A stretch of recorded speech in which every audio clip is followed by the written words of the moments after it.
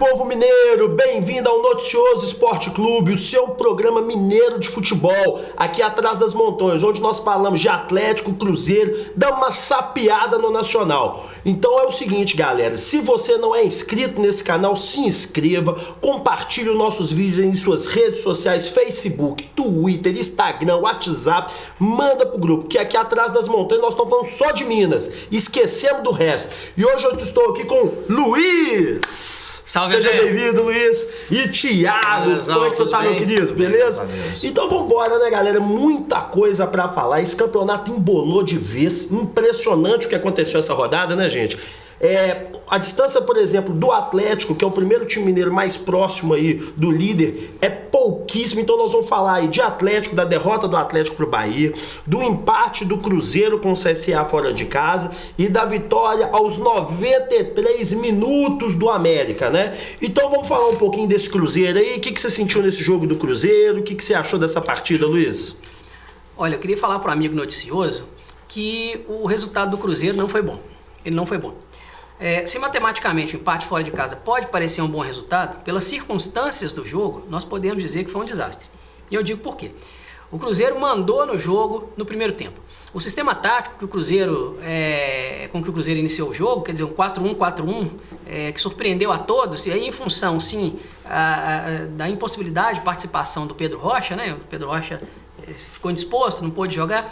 O Rogério Ceni entrou com esse sistema 4-1-4-1, colocou o Dodô aberto na lateral, né? O David passou a jogar nessa linha de 4 que tinha o objetivo inicial de chegar ao Fred, e nesse sentido o Cruzeiro no primeiro tempo amassou o CSA, chegou ao gol aos 10 minutos com o Fred, né? E no segundo tempo o Cruzeiro se acovardou, quer dizer, o Cruzeiro deixou de matar o jogo nas 6 oportunidades claras que ele teve no primeiro tempo e foi para o segundo tempo muito acovardado, não seguindo as recomendações do Rogério Ceni, que estava enlouquecido à beira do campo, pedindo para o time não só tocar a bola, mas sair com rapidez no contra-ataque. No primeiro tempo, 3 movimentos me chamaram a atenção, André e amigo noticioso.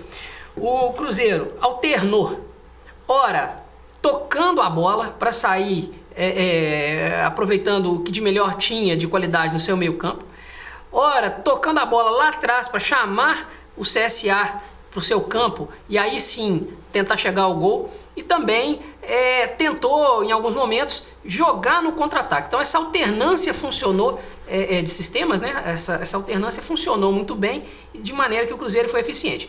Já no segundo tempo não, o CSA amassou o Cruzeiro, o CSA foi mais contundente, marcou sob pressão o time do Cruzeiro e o resultado foi aquele gol no minuto final, numa infelicidade, eu diria, do zagueiro Fabrício Bruno, um chute do Apodi. Gente, um chute do Apodi é brincadeira, né?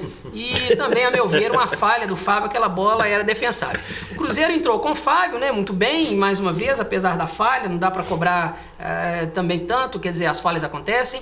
O Orejuela, bastante irregular, um bom lateral, mas bastante irregular. Boa notícia, a zaga do Cruzeiro funcionou de alguma maneira no primeiro tempo, no segundo tempo na falha individual, mas Fabrício Bruno bem, Kaká muito bem, quer dizer, interessante o Rogério Ceni conhecer esses jogadores. O Dodô na esquerda, bem, nada mais. Henrique no meio, precisa mostrar mais, né, muito lento. O Robinho vinha buscar a bola, tentando dar um pouco mais de qualidade para o time do Cruzeiro, mas também bastante lento, né? Na direita, o Marquinhos Gabriel, também um vagalume. Do seu lado, um outro vagalume, Thiago Neves, poderia ter jogado um pouco mais, a gente espera mais dele. O David já mostrou que não tem condição de vestir a camisa do Cruzeiro, e o Fred também precisa ser mais decisivo, apesar dos 2 gols nas últimas partidas. Sassá, no segundo tempo, entrou e não acrescentou. Jadson também mostrou que dificilmente deve permanecer no Cruzeiro pelo futebol que tem apresentado. E a gente poderia dizer também da entrada do Edilson, que fez aquele corte desastroso de bola que resultou no lance do gol. O Edilson também já passou da hora de voltar pro Grêmio ou ir para onde ele quiser. Aqui a gente não te tolera mais não, Edilson. Eu acho que o Cruzeiro, eu não entendi o porquê que ele recuou tanto no segundo tempo. Parece que ele fez 1-0 e falou assim, ó, tô ganhando, vou administrar essa partida. Mas todos os times que jogaram contra o CSA lá no Rei Pelé e tentaram administrar a partida, tomaram taca. Todos, sem exceção. E o que eu fiquei mais assustado também nessa partida do Cruzeiro foi no segundo tempo, que eu acho que o Cruzeiro fez uma excelente partida no primeiro tempo, dentro do padrão do jogo proposto. O que eu não entendi foi um recuo exacerbado, uma falta de interesse e a queda da velocidade, que inclusive foi tema do Rogério Ceni na sua entrevista coletiva, que o Cruzeiro está com poucas opções de velocidade e que isso acarretou ao Cruzeiro um prejuízo no segundo tempo, porque os jogadores deram uma cansada, ele não conseguiria colocar ninguém para fazer ali o corredor, para fazer a corrida com o jogador, e isso prejudicou o Cruzeiro. Na verdade, o que está acontecendo um pouco com o Cruzeiro é devido a esse longo período no Campeonato Brasileiro, sem vitórias, né, e sem sucesso nas incursões, né, nos jogos fora de casa ou dentro de casa, e com a primeira vitória, o Cruzeiro fez 1-0 e achou que esse 1-0 era goleada. É um problema que incide, inclusive, no Atlético, às vezes, quando você marca um gol e acha que 1-0 é uma grande vantagem. Você resolveu, né? Que você resolveu, tá resolvido. Falta realmente jogar mais agudamente em prol do gol. Assim, você não pode fazer 1-0 e achar que está dominado, porque a possibilidade é uma vantagem muito vulnerável, porque foi uma ilustração perfeita do que eu estou falando. Tanto é que nos últimos minutos do jogo, o Cruzeiro tomou um empate. É um balde de água fria, né? Agora, fica uma lição. Ninguém consegue mudar um time, uma cultura também, né? Uma cabeça dos jogadores em tanto pouco tempo. Então, foi muito bom isso ter acontecido, porque acho que a partir de agora o trabalho vai ser mais intenso para poder mudar essa chave Mano Menezes, Rogério Ceni, com aquela cabeça dos jogadores de ficarem sempre ali jogando daquela forma contida, né? Então, essa ideia de ter um time ofensivo é quase uma lavagem cerebral ali, né? Que você precisa colocar e posicionar para os seus jogadores. Então, eu acho que fica a lição e o Cruzeiro não conseguiria mudar um time e um conceito em tão pouco tempo. Então, acredito que o Rogério Ceni ainda vai ter muito trabalho para poder reorganizar esse time do Cruzeiro. O detalhe interessante também da questão do Rogério Ceni é o seguinte: ele fez o que o Mano não fez o campeonato inteiro praticamente, uma vitória e um empate, querendo ou não, já deu mais tranquilidade, porque a sina do Cruzeiro era perder. E a sina do Cruzeiro mudou. Uma vitória, um empate, as coisas estão evoluindo, não, Luiz? Não, o Rogério Ceni eu acho esse detalhe, né? Não, o Rogério Ceni tem tentado mudar a mentalidade do time do Cruzeiro. Então você percebe que contra o Santos e ontem contra o CSA, principalmente no primeiro tempo, o Rogério Ceni colocou o time do Cruzeiro para atacar. Coisa que acontecia com o Mano Menezes, mas de maneira não tão incisiva. Agora, é preciso ressaltar o seguinte: as peças também precisam compreender melhor o que o Rogério Ceni pede. Quando o Rogério colocou o time no 4-1-4-1, ficou clara a mensagem de atacar no primeiro tempo. E quando, no segundo tempo, ele percebeu o movimento do CSA de empurrar o time do Cruzeiro para o seu campo de defesa, ele fez a mudança, colocou o Jadson, né, que em tese seria aquele jogador para fazer o corredor do lado direito. Não funcionou, o Jadson não chegou, não conseguiu atacar. O Orejuela conseguia ir ao campo de ataque, mas não conseguia ser decisivo nos cruzamentos, né? E o David não conseguia também fazer esse papel do lado esquerdo. Quer dizer, quando o Rogério fala que precisa, não é, jogar de maneira mais rápida, ter um atacante velocista ali para puxar o contra-ataque, no fundo ele está tentando dizer o seguinte: é preciso ser reativo quando o adversário ataca, e não só defensivo. A última tentativa do Rogério foi tirar o Fred e colocar o Sassá.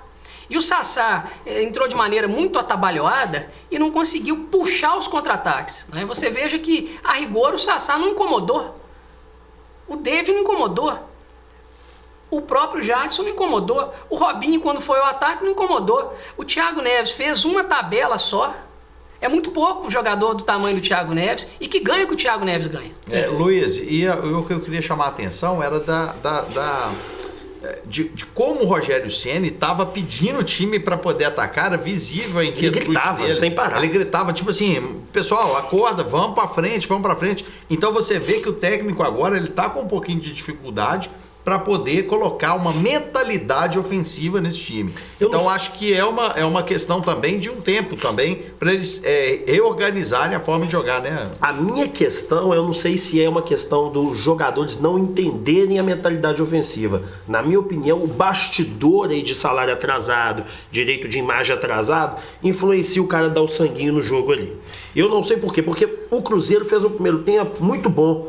Aí parece que desaprende, não desaprende. O cara perde velocidade, o técnico substitui perfeitamente. Ó, o time perdeu velocidade. Então eu vou postar que é rápido e forte. Vou fazer essa modificação com o Jadson, que é um volante que sai pro jogo para fazer um corredor. Aí ele arma o time da maneira perfeita para poder encaixar a nova proposta do adversário. E os caras estão andando em campo, passeando. Deixa eu ir ali. Numa alegria, tranquilidade, tá parecendo um jogo de pelada de final de semana, que no final vai bater palma e dar mãozinha. É impressionante. Agora eu queria perguntar uma coisa pra você, Luiz, que é o seguinte: o Cruzeiro joga com o Vasco às 19 horas de domingo. E já na quarta-feira, dia 4, tem um jogo com o Internacional às 21h30. Você acha que o Cruzeiro vai reserva ou vai titular para esse jogo de domingo às 19 horas? Pois é, o Cruzeiro enfrenta o Vasco às 19 do domingo, horário horroroso, né? Quer dizer, o jogo às 16 horas é muito melhor, o jogo às 11 horas também, mas vamos nesse horário horroroso. Uma questão que o Cruzeiro precisa rever, o André, para a gente comentar essa questão toda, é que os treinos precisam ser abertos, quer dizer, a torcida precisa saber, a imprensa precisa saber, a imprensa alternativa precisa saber, o amigo noticioso quer saber como de fato o time vai entrar em campo. Nós não temos essa informação. Nós não temos essa informação para o amigo noticioso. Existe a possibilidade de o Cruzeiro entrar com o time reserva, porque logo na sequência ele faz o duelo decisivo contra o Internacional pela Copa do Brasil. Então existe a possibilidade de o Cruzeiro entrar sim com um time reserva, um time alternativo, um time mesclado contra o Vasco. Agora, o Cruzeiro precisa entrar contra o Vasco, seja lá com qual time for, com a mentalidade de vencer. Porque senão ele corre o risco de voltar para a zona de rebaixamento. E o Vasco em ascensão total no campeonato, né? O Vasco vem de vitória, total, né? O Vasco vem de uma vitória importante, né? Sim, 2-0. O Vasco vem de vitória, O Vasco vem bem, o Vasco subiu, o Vasco era adversário direto do Cruzeiro nessa disputa aí para sair da zona, e o Vasco tá a passos largos saindo. Eu acho que é o seguinte: se o ano do Cruzeiro é decidido quarta-feira que vem. Então eu imagino que o Rogério Ceni vai poupar todo mundo, que ele não pode ter o risco de perder ninguém. André, ainda mais com o resultado de apenas 1-0 do Inter contra o Cruzeiro. É um resultado totalmente possível de virar.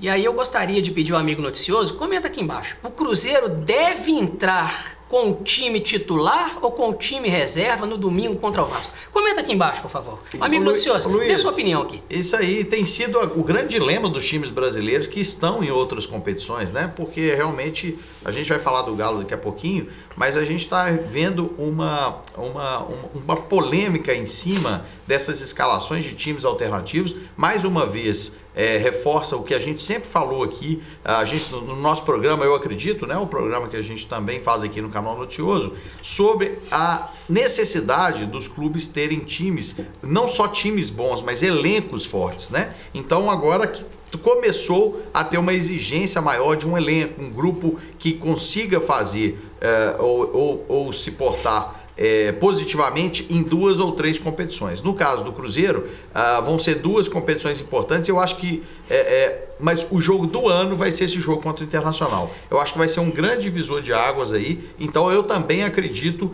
que o Rogério Ceni vai entrar com o time completamente reserva, né? No Brasileiro. Porque vamos ser sinceros, o Cruzeiro não tem muitas expectativas no Campeonato Brasileiro mais.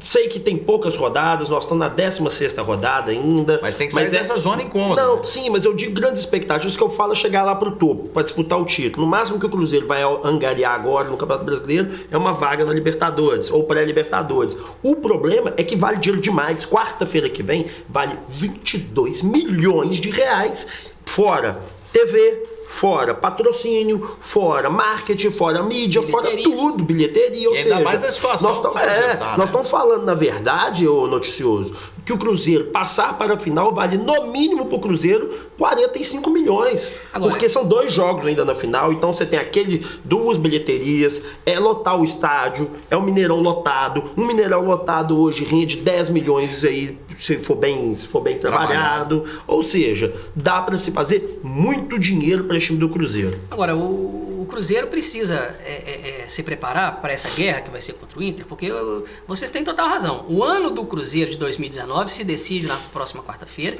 e o ano de 2020 também. E aí o amigo noticioso vai dizer, por que o ano de 2020 também? Porque o resultado do Cruzeiro quarta-feira traz ou não 22 milhões para o caixa do clube. Isso diz respeito a qual perfil de jogador o Cruzeiro consegue buscar no mercado. É verdade. O Rogério Ceni já deixou muito claro que precisa de um atacante velocista. O Cruzeiro tem um elenco envelhecido. Boa parte desses jogadores não devem ficar para o ano de 2020. Faz parte do ciclo natural do futebol a reformulação. E quando você melhora o caixa do clube, você tem condição de buscar melhores atletas para compor o elenco, né? E o ano do Cruzeiro de 2019 se decide na quarta-feira contra o Inter, por quê? O Cruzeiro só tem a chance de conquistar a Copa do Brasil. Aí o amigo noticioso, o torcedor cruzeirense vai dizer, mas você está muito pessimista, Luiz. Não, é que com o desastroso início nosso no Campeonato Brasileiro, nós temos que pensar jogo a jogo. O primeiro objetivo é sair dessa zona do rebaixamento. Nós não estamos tão longe da zona do rebaixamento, ao contrário, estamos coladinhos na zona do rebaixamento. Acho que no momento seguinte é pensar numa vaga na Sul-Americana. Né? E passo aí, a passo, né? passo a passo. E por Passo uma a combinação de resultados, quem sabe brigar lá em cima. Mas o Cruzeiro dificilmente vai bater campeão. É. Agora, precisa pensar jogo a jogo no Campeonato Brasileiro. Verdade.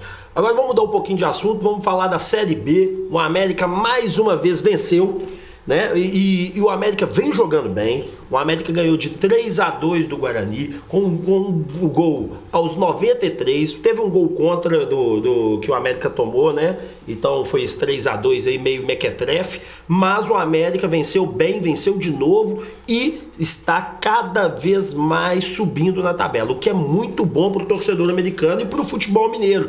Quem sabe o América belisca aí uma vaguinha se continuar. Porque se continuar nessa ascensão que tá, há uma possibilidade, ela não é alta, mas do América beliscar uma vaguinha. Eu vou te falar que o América agora começa a respirar aliviado, né? São 2 vitórias aí seguidas, são muito foram vitórias muito importantes aí para poder sair um pouco dessa zona, porque quando você está nessa região aí da tabela, parece que tudo conspira contra, né? Fica todo mundo muito nervoso e o que a gente sente nos jogos do América é isso, que os jogadores estavam muito nervosos e isso desequilibrava a possibilidade do bom futebol, porque o elenco não é o melhor elenco da Série B, mas ele também não é o pior. Então ali ele pode trabalhar muito bem ali na zona intermediária, beliscar uma vaga para a subida da Série A. Eu acho difícil, mas é igual você falou. Se o América conseguir encaixar e conseguir fizer uma sequência boa de vitórias, acredito que possa ter uma chance. Mas eu acho que o primeiro objetivo do América é sair dessa zona desconfortável e trabalhar mais na ponta de cima da tabela. E eu achei o América bem interessante no domingo, que ele, apesar dele ter menor posse de bola, né? Foi 52% pro Guarani e 48% pro América. O América chutou muito mais ao gol. O América foi mais efetivo com a bola. Com a bola nos pés foi mais efetivo. E o América, assim, buscou o resultado o tempo inteiro. Se você pensar que o América começou perdendo o jogo, virou, foi pra cima, se manteve em cima e conseguiu a vitória, foi muito bom. E outra coisa, noticioso, o América agora está a 9 pontos do Sport, que é o primeiro... que é o 4º colocado, o último aí, o primeiro do acesso aí. Então 30 pontos, e o América tá com 21, 9 pontos. É difícil de 9 pontos, a gente acha que é pouco, é difícil pra caramba tirar 9 pontos. É difícil demais, mas é sempre possível. Então o América tem que buscar essa ascensão, continuar esse caminho das vitórias, que eu acho que o ponto é esse. O elenco não perdeu a fé e isso foi muito importante. Agora, o América, principalmente nos 2 últimos jogos, né? Tem se mostrado um time mais equilibrado, quer dizer, um time mais competitivo. E no jogo desse fim de semana especialmente, o América jogou e deixou jogar. Foi um time que, embora tenha saído atrás do marcador, ele procurou o gol o tempo todo. Agora, o preço de procurar o gol o tempo todo, por vezes, é se expor lá atrás. Mas mesmo se expondo lá atrás, em momento algum, o time do América se acovardou, né? O time do América foi para cima, equilibrou o jogo muito bom, um jogo movimentado, né? A qualidade técnica pode não ter sido lá um primor, como o do Cruzeiro não foi, como o do Atlético não foi, como o futebol brasileiro não tem sido, né? Primor técnico, mas não pode dizer que faltou intensidade, ao contrário, o time do América tem conseguido equilibrar as ações muito em função da intensidade e entrega dos atletas. Verdade. E mudando agora, voltando para a Série A, vamos falar do Atlético e Bahia. O Galo perdeu de 1-0 pro Bahia, gol do Gilberto. Tiagão, o que você achou desse jogo? Esse jogo aí do Atlético contra o Bahia. E lembrando aos senhores que o Atlético foi todo reserva. É impossível falar desse jogo sem destacar a polêmica, né, que tá hoje nas redes sociais, depois do jogo, enfim. E não é só pela derrota não, viu, gente? Porque quando o time joga bem, quando um time eventualmente perde, você não tem essa discussão. A grande discussão do momento é o que a gente conversou mais cedo aqui, era o Rodrigo Santana acertou em escalar o time completamente reserva? Essa é a grande questão. É o X, né? Esse é o X da questão. Cada um tem sua posição. O que eu vi, assim, depois quando nós vimos a entrevista do Rodrigo Santana, ele explicou porque realmente, como nós vamos ter o advento da altitude, você vai ter que estar com uma intensidade maior no jogo agora de terça-feira. Ele queria todos, o termo que ele usou foi, ele queria os jogadores todos com tanque cheio. Então foi uma opção, ele chamou de risco calculado.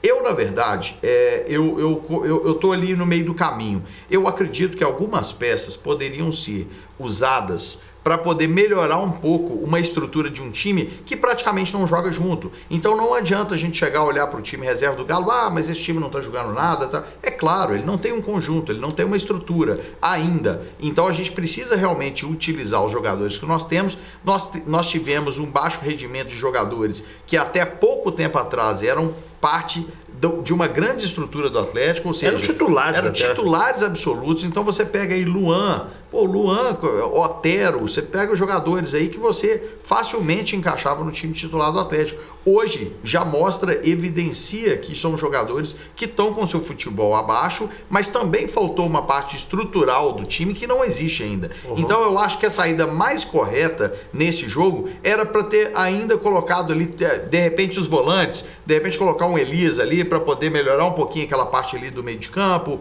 enfim, colocar algumas peças no time para poder dar um pouquinho mais de alicerce para ele poder desempenhar um futebol mais assertivo. Lembrando, gente, que o Roger não é bobo. A gente está falando de Bahia, o Bahia sempre brigando para cair, é só ver a posição dele na tabela. O Roger conseguiu acertar esse time do Bahia, ele está produzindo mais do que todo mundo acreditava, não é um time bobo, ele entrou aqui jogando com muito mais vontade e você vê que é um time que tinha muito mais organização, obviamente, porque o time do Atlético não joga junto. Então, eu acho que a grande questão passa muito por essa decisão do Rodrigo Santana. De um lado, foi bom que você pôde ali testar alguns jogadores. Na minha opinião, alguns jogadores não têm condição mais de seguirem no Atlético. Por exemplo, Terans realmente até hoje não mostrou que veio. Você tem jogadores ali, o Natan fez até uma boa partida, mas também errou muito. O Zé Wellison deu muita força ali, mas ele também errou muito. Então você tem jogadores ali que são questionáveis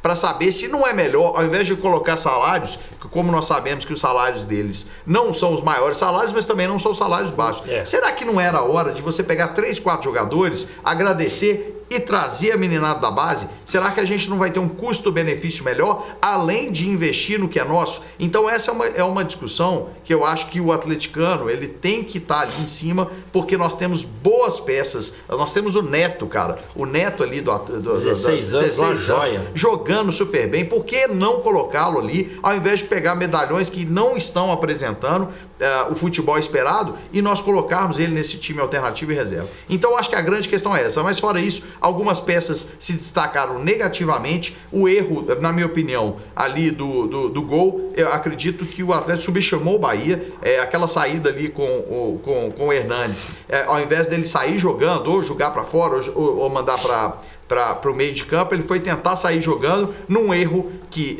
custou um gol. Nós não conseguimos reverter esse placar e pior, depois do segundo tempo, o time também cansou. Então você vê que ele não tinha condições físicas de pleitear a virada de jogo. Então assim, teve o advento também da questão do tempo, né, do sol, mas era o sol para os dois times, né? Porque você estava jogando 11 horas, realmente ali meio-dia estava... você falou tudo, o sol é para os dois. É para os dois, não é só para o time do Atlético. Mas o preparo físico do time reserva do Atlético se mostrou bem abaixo do que o time do Bahia, que já vem jogando, que já tem um entrosamento. Então a grande questão foi essa, foi um desastre. nós sabendo que na tabela nós estamos muito próximos do líder em números de pontos, nós jogamos fora aí nesses últimos 4 jogos, pontos importantíssimos e que a gente podia hoje estar ali entre segundo ou terceiro lugar ou até em primeiro se o Atlético não tivesse desperdiçado os pontos importantes. Então eu acredito que esse jogo aí foi uma grande lição para o Atlético, mas parece que o Rodrigo está apostando tudo na terça-feira. Eu vou ser bem sincero com o amigo noticioso, eu penso o seguinte, eu acho que o Rodrigo Santana fez o que deveria ter sido feito mesmo. Eu vou explicar o porquê. O Atlético já não tem um elenco titular, um time titular muito forte. Nós temos um time brigador, mas não é o melhor time do campeonato, evidente. Então o que acontece? Perder uma peça ali, por qualquer problema, desgaste, lesão, musculatura, qualquer problema que fosse, era muito prejudicial. Você vê que ele arriscou tanto que ele não levou nem pro banco. Quem entrou foi Terans, Bolt, o de Santo, ou seja, entraram jogadores que seriam teoricamente do terceiro time do Atlético, né? Do time 3. Então assim, e eu aposto também que o Atlético vá buscar o estilo da Sul-Americana, que é o caminho mais fácil para você chegar na Libertadores de forma... E fora que é título, fora que é premiação, fora que é bilheteria de estádio, fora que é imagem. O Atlético Paranaense mostrou isso ano passado, o tanto que valorizou a marca Atlético Paranaense ser campeão da Sul-Americana. Então acho que o Atlético está apostando pesado nisso. Pesado. Agora, sobre o jogo, eu acho que o Atlético jogou muito melhor do que o Bahia. Eu acho que o Bahia foi eficiente no gol. O Atlético deu 20 chutes a gol contra 6 do Bahia. A posse de bola do Atlético foi maior. O Atlético acertou mais passe. O Atlético, e com um time totalmente, tirando o Cleiton, né? Totalmente reserva. Eu acho que isso daí... E o Rabelo. Isso daí... o Rabelo, perdão. O Rabelo também. E que partido do Rabelo? O Rabelo, pra mim, vem jogando o filé da bola. Acho eu que realmente um outro detalhe que você falou e eu gostei demais é o seguinte: demonstra também o tanto que o ano que vem do Atlético tem que ser diferente. Dá para notar que não dá para alguns jogadores continuarem no Atlético porque eles não colaboram efetivamente. O Atlético ele amassou o Bahia um certo tempo do jogo, mas a efetividade não foi tanto. Os chutes do gol o Alejandro deu uma cabeçada muito boa, se posicionou muito bem, tentou fazer algumas coisas. O Luan foi uma partida apagada, na minha opinião, do Luan. Infelizmente. O Otero também fez uma partida apagada. O Giovani jogou muita bola. Giovani entrou bem. O Natan, ele estava ali como meio volante, segundo volante, sabe, fazendo a função do Elias. Não deu muito certo. Enfim, acho que o Atlético precisa qualificar o elenco para o ano que vem. Esses jogos que vem jogando com o time reserva demonstra claramente isso. Um time que, gente, os campeonatos do ano que vem, vamos supor que o Atlético chegue na Libertadores, o Atlético vai disputar Campeonato Mineiro, Copa do Brasil, Campeonato Brasileiro, Libertadores. E tudo ao mesmo tempo. Então hoje não dá mais para você ter um time só titular.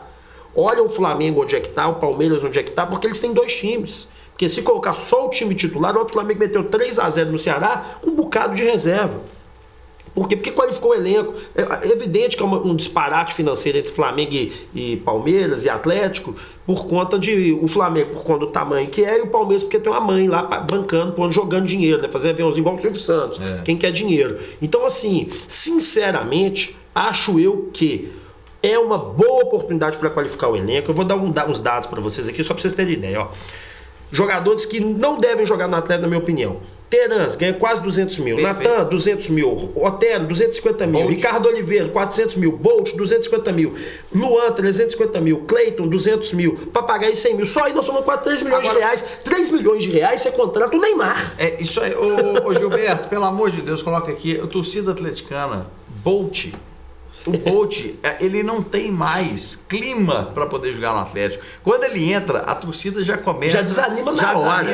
Os memes da internet, aquela lágrima escorrendo. Vem aí, Michael Bolt. Aquilo é genial, porque, tipo assim, reproduz o sentimento do atleticano. Brincadeiras à parte, o André foi muito feliz no que ele falou. Existem jogadores que têm uma somatória de salário, gente, que nós poderíamos estar canalizando em um jogador que faça a diferença, ou nós apostarmos na base que ali nós vamos estar investindo em possíveis promessas. Então tem jogadores ali que realmente precisamos tirar do elenco urgentemente. E eu queria também ressaltar aqui a estreia do Di Santo, que foi tão falado. Enfim, o Di Santo ele não conseguiu mostrar futebol. Claro, é o primeiro jogo, já entrou no time reserva, enfim, mas ainda não mostrou a que veio. Claro que é o primeiro jogo, mas não conseguimos ver se é um jogador que tem realmente uma efetividade, que ele pode contribuir para o elenco, elenco ou não. Ele entrou, fez o que ele podia, mas realmente não conseguimos ver se realmente o de Santo tem possibilidade de ajudar o Atlético no primeiro escalão aí do time.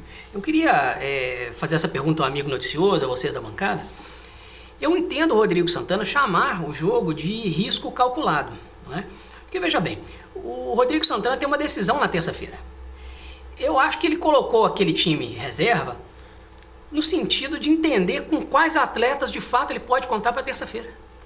Porque quando o Rodrigo Santana tenta acirrar a briga, colocando o time reserva contra o Bahia, que não é um adversário bobo, o Bahia está muito bem ajustado, muito bem arrumado pelo Roger Machado, né? Ele coloca o time começa a dar resultado no início do jogo, depois toma um gol e não tem força para reagir. Qualquer mensagem que você deixa para o treinador, não dá para contar com todo mundo. E aí o amigo noticioso deve se perguntar, não tem ninguém na base? Vocês falaram do Neto. Quer dizer, quanto ganha o Neto? Quanto ganha, por exemplo, o Terence? Quanto ganha o Bolt? Luiz, então, peraí, não tem ninguém na categoria de base? Não é? Isso, eu estou falando isso aproveitando o exemplo do Atlético, mas vale para o Cruzeiro, vale para o América. Quer dizer, para trazer determinados jogadores, ou para colocar em campo determinados jogadores, vamos prestigiar a categoria de base. Já está na hora, o futebol mineiro tem uma tradição de revelar jogadores, de ganhar títulos, não é? Aproveitando a categoria de base.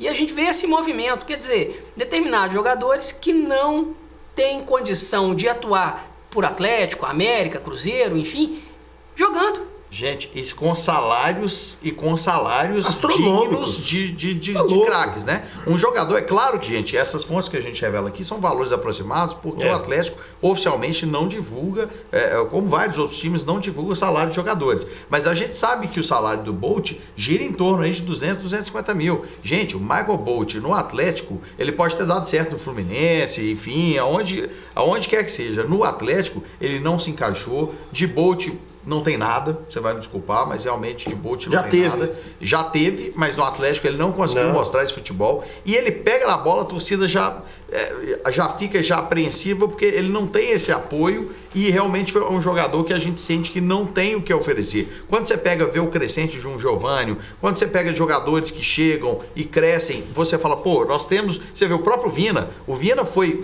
muito questionado no começo e ganhou o seu espaço. O Michael Bolt, vamos lembrar aí que ele teve boas sequências no Atlético. Ele chegou a ficar aí uns 4 ou 5 jogos sendo escalado como titular. Ele teve uma sequência assim, mas ele nunca conseguiu apresentar um bom futebol. Então, realmente com esse salário, a gente não pode ficar mantendo certos jogadores no Atlético. E não tem a desculpa, noticioso, de falar assim, veio da Europa, precisa pegar ritmo. Ele teve 2 a 3 semanas para treinar na parada da Copa América. Então, assim, jogador alguém que falar comigo, tá desacostumado, papapá, é mimimi, popopô, sem conversa. Porque o cara teve tempo, prazo para poder jogar, para poder se dedicar, para poder treinar. O cara, quando ele quer alguma coisa mesmo, esses atletas, eles têm toda a estrutura do mundo para poder se ajustar. Se ele não está bem fisicamente, exatamente, se ele não está bem fisicamente, ele pode chegar um preparador, eu preciso melhorar minha velocidade, estou lento, o que você me ajuda aqui? Preciso tomar mais força física. O cara tem tudo. Os caras não querem. Não vem com essa conversa. Não tem futebol mais também. Não tem futebol, talvez. E outra coisa, eu fico sem entender. Para mim, 2 coisas. Ricardo Oliveira teve uma proposta para ir, era para aliviar a folha em 400 mil reais, fora os impostos e tudo mais. O Atlético não quis. Tá com o Ricardo Oliveira aí, enfim. Tomara que eu queime minha boca, ele meta 5 gols aí terça-feira. O Michael Bolt é a mesma coisa. Teve a proposta para ir pro Fluminense, o Atlético não libera e não libera a folha. Eu não entendo isso, é uma coisa sem lógica para mim. Agora, determinados jogadores precisam também mostrar atitude. Quer dizer, se por um lado falta qualidade técnica, e a qualidade técnica a gente já sabe, já há muito tempo não é um primor no futebol brasileiro, ao menos vontade tem que demonstrar. Jogador de time grande tem que mostrar vontade, o cara tem que treinar, tem que correr, tem que ir pra cima, tem que ter atitude. E a gente não vê isso em determinados jogadores do time do Atlético, como não vê em determinados jogadores de outros times aqui de Minas. Então, quer dizer, o jogador tem toda a estrutura Não dá para dizer que a vida é difícil, que é mimimi. Não dá para dizer. Difícil é a vida do trabalhador brasileiro que pega esse transporte horroroso e trabalha para ganhar um salário mínimo. Com toda a estrutura que o jogador de time grande tem, o mínimo que tem que demonstrar é vontade, é comprometimento. Certo. É só Exatamente. isso. É isso mesmo. Um detalhe aqui, senhores, só pra gente dar uma pincelada rápida no Nacional. A distância entre Flamengo e Atlético, Flamengo 33, Atlético é o último da pré-Libertadores ali, sexto colocado, 27. São o campeonato 6 embolou de uma maneira inacreditável. Olha pra você ver. Flamengo 33, Santos 33, Palmeiras 30, São Paulo 30, Corinthians 28, Atlético 27. Ou seja, tá emboladíssimo. A próxima rodada vai dizer muito noticioso sobre o que vai ser esse campeonato. Então é isso, noticioso. Sejam bem-vindos ao canal Noticioso, o melhor canal aí de Minas Gerais. Bem-vindos ao Noticioso Esporte Clube, um programa mineiro feito pra você que tá aqui atrás das montanhas, que gosta de futebol daqui, de falar das coisas daqui. Cada vez nós vamos evoluir mais o nosso objetivo aqui dentro do canal. Acompanhe, curta o nosso canal, compartilha, manda para amigos, um programa aqui só falando do futebol mineiro. Tamo junto. Muito obrigado, Thiago. Eu que agradeço, André. Foi bom demais. Um grande abraço. Luiz, muito obrigado. Um abraço. E Gil, um abraço. mais um dia aí. Valeu, irmão. Tamo junto, mineiro. Valeu e tchau. Olá, você está assistindo o canal Noticioso. Se inscreva no nosso canal. Clique nesse botão logo abaixo do vídeo. Aproveite também e clique no sininho ao lado para ser notificado assim que publicarmos novos vídeos. Dessa maneira, você sempre saberá dos novos lançamentos do nosso canal.